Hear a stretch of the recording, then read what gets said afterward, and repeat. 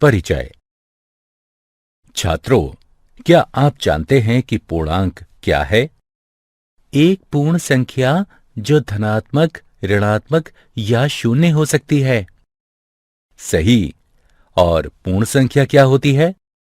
संख्याओं का वही समुच्चय जिसमें शून्य और सभी प्राकृतिक संख्याएं हों। बहुत अच्छे। आज हम वास्तविक संख्याओं के बारे में पढ़ेंगे। वास्तविक संख्याएं परिमेय और अपरिमेय संख्याओं से बनती हैं। वास्तविक संख्या पद्धति के कई उपसमुच्चय पूर्णांक, प्राकृतिक संख्या या पूर्ण संख्या होते हैं। आइए वास्तविक संख्याओं के बारे में विस्तार से अध्ययन करें। उद्देश्य। इस पाठ के अंत में आप निम्न करने में सक्षम हो जाएंगे। यूक्लिड की विभाजन प्रमेयिका को बताना, अंकगणित को आधारभूत प्रमेय को समझाना, अभाज्य गुणनखंडन विधि से प्रश्नों को हल करना। यूक्लिड विभाजन प्रमेयिका। दो धनात्मक पूर्णांक a और b दिए रहने पर ऐसी अद्वितीय पूर्ण संख्याएं q और r विद्यमान हैं कि a बराबर bq जमा r, शून्य छोटा या बराबर है r, छोटा है b से। उदाहरण के लिए a बराबर 15, b बराबर 3 के लिए 15 बराबर 3 गुणा 5 जमा शून्य है, जहां q बराबर 5 और r बराबर शून्य है। प्रमेयिका। प्रमेयिका एक सिद्ध कथन होती है जिसका प्रयोग दूसरे कथनों को सिद्ध करने में होता है। एल्गोरिथम सुविचारित चरणों की श्रृंखला होते हैं जो एक प्रकार के प्रश्नों को हल करने की विधि प्रदान करते हैं। यूक्लिड विभाजन प्रमेयिका का प्रयोग दो संख्याओं का HCF ज्ञात करने के लिए किया जा सकता है। इसका प्रयोग संख्याओं की कुछ उभयनिष्ठ विशेषताएं ज्ञात करने के लिए भी किया जा सकता है। HCF कैसे ज्ञात करते हैं? दो धनात्मक पूर्णांकों C और D, C बड़ा है D से, का HCF ज्ञात करने के लिए हमें निम्न चरणों से इसका अनुसरण करना होता है। चरण 1। C और D पर यूक्लिड विभाजन प्रमेयिका का प्रयोग करिए। इसलिए हम ऐसे Q और R ज्ञात करते हैं कि C बराबर DQ जमा R हो। चरण 2। यदि R बराबर शून्य है तथा D, C और D का HCF है। यदि R शून्य के बराबर नहीं है तो D और R पर विभाजन प्रमेयिका का प्रयोग कीजिए। चरण 3। इस प्रक्रिया को तब तक जारी रखिए जब तक कि शेषफल शून्य ना हो जाए। इसी स्थिति में प्राप्त भाजक ही वांछित HCF है। HCF परिकलन का उदाहरण। आइए यूक्लिड एल्गोरिथम के प्रयोग से 455 और 42 का HCF ज्ञात करें। हल। चूंकि 455 बड़ा है 42 से, इसलिए हम 455 बराबर 42 गुणे 10 जमा 35 प्राप्त करने के लिए 455 और 42 पर यूक्लिड की विभाजन प्रमेयिका का प्रयोग करते हैं। शेषफल शून्य नहीं है, इसलिए हम 42 और 35 पर प्रमेयिका का प्रयोग करते हैं। 42 बराबर 35 गुणे 1 जमा 7। अभी भी शेषफल शून्य नहीं है, अतः हम 35 और 7 पर विभाजन प्रमेयिका का प्रयोग करते हैं। 35 बराबर 7 गुणे 5 जमा 0।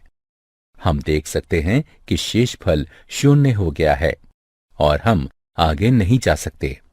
इसलिए 455 और 42 का HCF इस स्थिति में विभाजक यानी 7 होगा।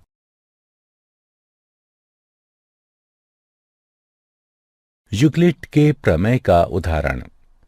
आइए सिद्ध करें कि प्रत्येक धनात्मक समपूर्णांक 2q के रूप का होता है और प्रत्येक धनात्मक विषम पूर्णांक 2q जमा 1 के रूप का होता है, जहां q कोई पूर्णांक है। हल: मान लीजिए a कोई धनात्मक पूर्णांक है तथा b बराबर 2 है। तब यूक्लिड विभाजन एल्गोरिथम से ऐसे पूर्णांक q और r हैं इस तरह से कि a बराबर 2q जमा r, जहां 0 छोटा या बराबर है, r छोटा है 2 से। अब 0 छोटा या बराबर है, r छोटा है 2 से, अर्थात 0 छोटा या बराबर है, r 0 छोटा या बराबर है 1 से, अर्थात r बराबर 0 या r बराबर 1। चूंकि r एक पूर्णांक है, इसलिए a बराबर 2q या a बराबर 2q जमा 1। यदि a बराबर 2q है तो a एक धनात्मक पूर्णांक है। हम जानते हैं कि धनात्मक पूर्णांक या तो सम या विषम हो सकते हैं, इसलिए कोई भी धनात्मक विषम पूर्णांक 2q जमा 1 के रूप का होगा।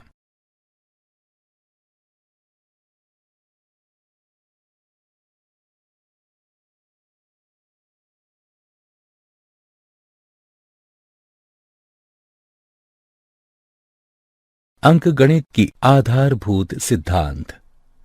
मूल विचार यह है कि एक से बड़ा कोई भी पूर्णांक या तो अभाज्य संख्या होता है या अभाज्य संख्याओं के गुणन से बनाया जा सकता है। इस प्रकार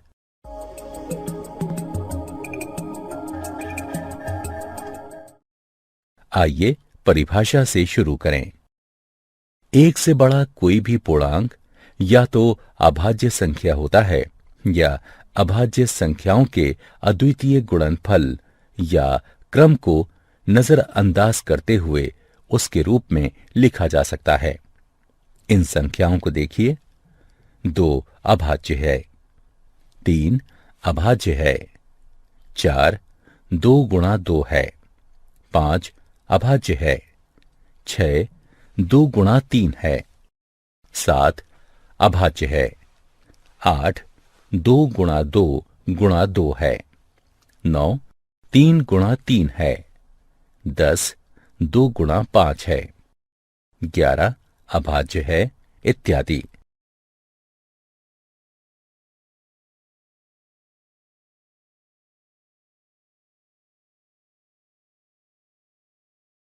एलसीएम और एचसीएफ में संबंध। किन्हीं भी दो धनात्मक पूर्णांकों a और b के लिए एचसीएफ ए बी गुणा एलसीएम ए बी बराबर a गुणा b। उदाहरण: यदि a बराबर 3 और b बराबर 6 है, एचसीएफ 3 6 गुणा एलसीएम 3 6 बराबर 3 गुणा 6 बराबर 18। यदि हमारे पास दो धनात्मक पूर्णांकों का एलसीएम है तो हम इस परिणाम को प्रयोग करके उनका एचसीएफ ज्ञात कर सकते हैं। हम किन्हीं दो संख्याओं का एचसीएफ और एलसीएम अभाज्य गुणनखंडन की सहायता से ज्ञात कर सकते हैं। आइए देखें कि कैसे। 510 और 276 का एलसीएम और एचसीएफ ज्ञात कीजिए। 510 बराबर 2 गुणा 3 गुणा 5 गुणा 17। 276 बराबर 2 गुणा 2 गुणा 3 गुणा 23। 510 और 276 के उभयनिष्ठ गुणनखंड 2 और 3 हैं, अतः एचसीएफ बराबर 2 गुणा 3। एलसीएम ज्ञात करने के लिए उभयनिष्ठ गुणनखंडों को एक बार फिर लिखिए और फिर बचे हुए अभाज्य गुणनखंडों को लिखिए और फिर इन दोनों का गुणन कर दीजिए। आपको दी गई संख्या का एलसीएम प्राप्त हो जाएगा। 510 बराबर 2 गुणा 3 गुणा 5 गुणे 17। 276 बराबर 2 गुणा 2 गुणा 3 गुणा 23। उभयनिष्ठ गुणनखंड 2 और 3 हैं और 510 के बचे हुए अभाज्य गुणनखंड 5 गुणा 17 है तथा 276 के बचे हुए अभाज्य गुणनखंड 2 गुणा 23 है। अतः 510 और 276 का एलसीएम है बराबर 2 गुणा 3 गुणा 5 गुणा 17 गुणा 2 गुणा 23 बराबर 23,460। आइए देखें कि एलसीएम और एचसीएफ के गुणनफल और स्वयं उन संख्याओं के गुणनफल में क्या संबंध है। ऊपर के उदाहरण में संख्याओं का गुणनफल बराबर 510 गुणे 276 बराबर 1,40,760। एचसीएफ और एलसीएम का गुणनफल बराबर 23,460 गुणा 6 बराबर 1,40,760।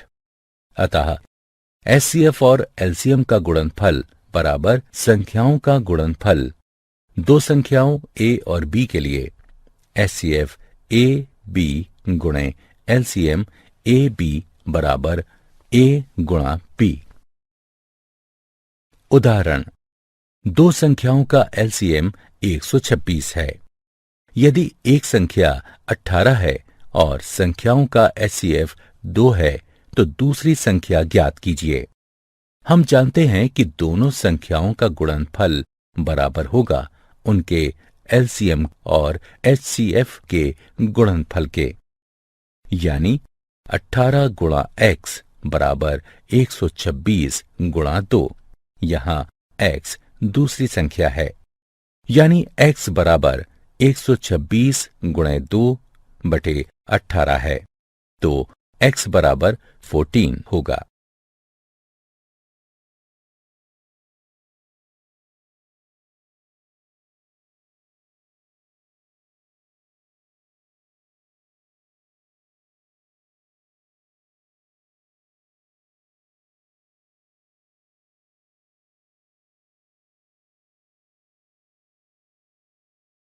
अंकगणित की आधारभूत प्रमेय का उदाहरण दिया है। 306 और 657 का एचसीएफ बराबर है 9 के, तो इनका एलसीएम ज्ञात कीजिए।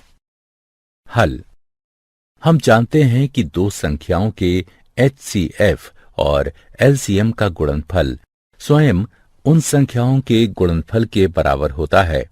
इसलिए 306 और 657 का एचसीएफ गुणा 306 और 657 का एलसीएम बराबर होगा 306 गुणा 657 के, जो कि बराबर है 9 गुणा 306 और 657 के एलसीएम के।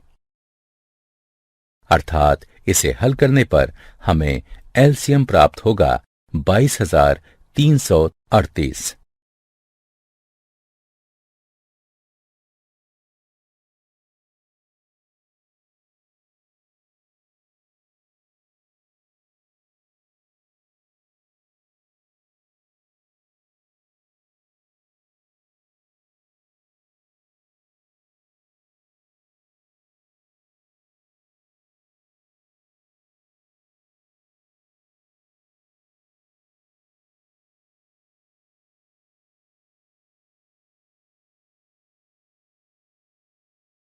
क्या आप जानते हैं 17वीं शताब्दी में सर्वप्रथम डेकार्टे ने बहुपदों के मूल को व्यक्त करने के लिए रियल शब्द का प्रयोग किया और उन्हें इमेजिनरी संख्याओं से अलग किया।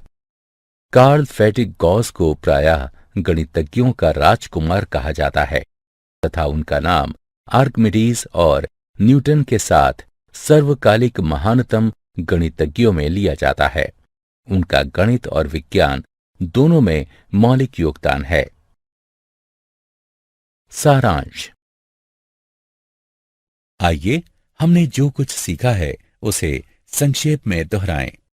यूक्लिड विभाजन प्रमेय का दो धनात्मक पूर्णांक a और b दिए रहने पर ऐसी अद्वितीय पूर्ण संख्याएं q और r विद्यमान है कि A बराबर BQ जमा R, जहां शून्य छोटा या बराबर है R से और B R से बड़ा है।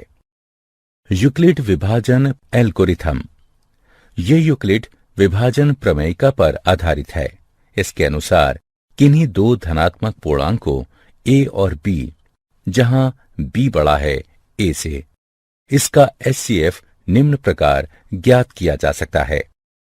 चरण 1, विभाजन प्रमेयिका का प्रयोग करके Q और R ज्ञात कीजिए, जहां A बराबर BQ जमा R, शून्य छोटा या बराबर है R छोटा है B से।